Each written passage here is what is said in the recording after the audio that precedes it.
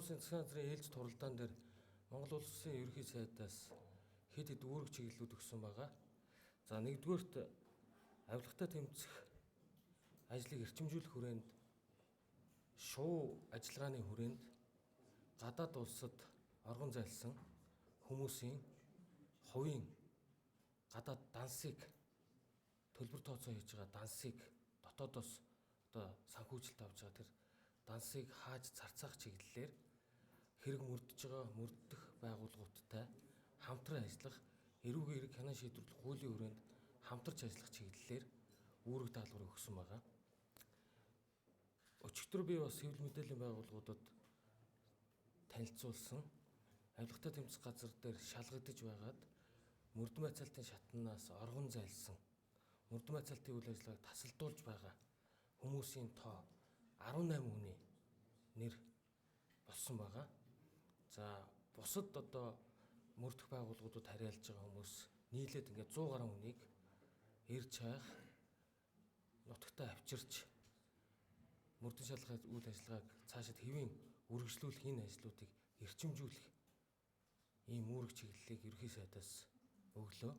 За энэ хүрээнд та бүхэн санаж байгаа өмнө нь мөрдөн байцаагчийн саналыг үндэслэж прокурорын тогтоолоор дээрх хүмүүсийн гадаад паспортын хүчин төгөлдөр бус болгож гадаад улс орнуудын хилийн шалган нэвтрүүлэх байгууллагууд руу одоо хүргэх юм үүрэг өгсөн.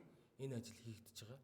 За өнөөдөр нэмээд энэ хүмүүсийн одоо санхүүжилттэй холбоотой яг өөрт нь хамааралтай санхүүжилт гадаадад ашиглагдж байгаа тэр данс Монголоос одоо мөнгө шилжүүлж авж байгаа Монголд нээлгсэн тэр дансуудыг хаалгах чиглэлээр бас үүрэг чиглэл болгож байна. Энийг бас хийхдээ мөрдөгчийн саналыг үндэслэж прокурорын байгууллагатай хамтарч холбогдох банк санхүүгийн байгууллагуудад одоо тогтоолыг үндэслэж хийхээр төлөвлөсөн гэдгийг та бүхэнд хэлье. За хоёрдугаар ерөнхий сайдын өгсөн үүрэг чиглэлийн тухайд бидний ерөөсөө хамгийн том асуудал бол хувийн хэвшлийг дэмжих, төрийн хүнд суртал, төрийн дарамтаас одоо гаргах, хувийн сектор чөлөөтэй одоо хөгжих тэр боломжийг хангах үүднээс төрийн байгууллага албан тушаалтан эсүүлдэл үзүүлж хувийн хэвшлийн аж ахуйн үйл ажиллагаанд одоо саад дотгор үзүүлж байгаа энэ үйлдэлийг эрүүгийн хуулинд тодтогч хуулийн нэмэлт өөрчлөлт оруулах ийм хуулийн төслийг боловсруулах үүрэг чиглэл өгсөн байгаа. Өнөөдрийн хүчин төгөлдөр үйлчилж байгаа эрүүгийн хуулийн 22-ийн 1-д албан тушаалын байдлаа уруулж ашиглах үйлдэл эсүүлдэхүүг хуульчилсан байгаа хэдий ч гэсэн үүнийг илүү тодтогч хувийн секторыг төрийн байгууллага албан тушаалтны элдв хууль бус үйлдэл эсүүлдэхүүгээс хамгаалах юм хууль эрх зүйн орчин, эрүүгийн эрх зүйн орчныг тодорхой болгох юм үүрэг чиглэлийг өгсөн.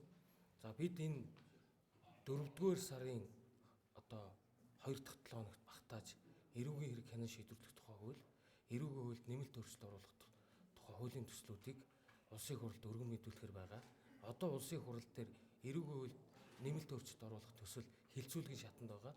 Ингээ араас нь төсөл санаачлагч дахиж эрүүгийн хуулийн нэмэлт өөрчлөлттэй холбоотой асуудлыг өргөн барих оруулж байгаа. За эрүүгийн хэрэг хянан шийдвэрлэх тухай хуульд оруулах одоо том зарчмын өөрчлөлтийн тухайд бол эрүүгийн хэрэгт ялагдагчаар татгдсан этгээдэд авагддаг таслан сэргийлэх арга хэмжээний төрлүүдийг нэмэгдүүлье.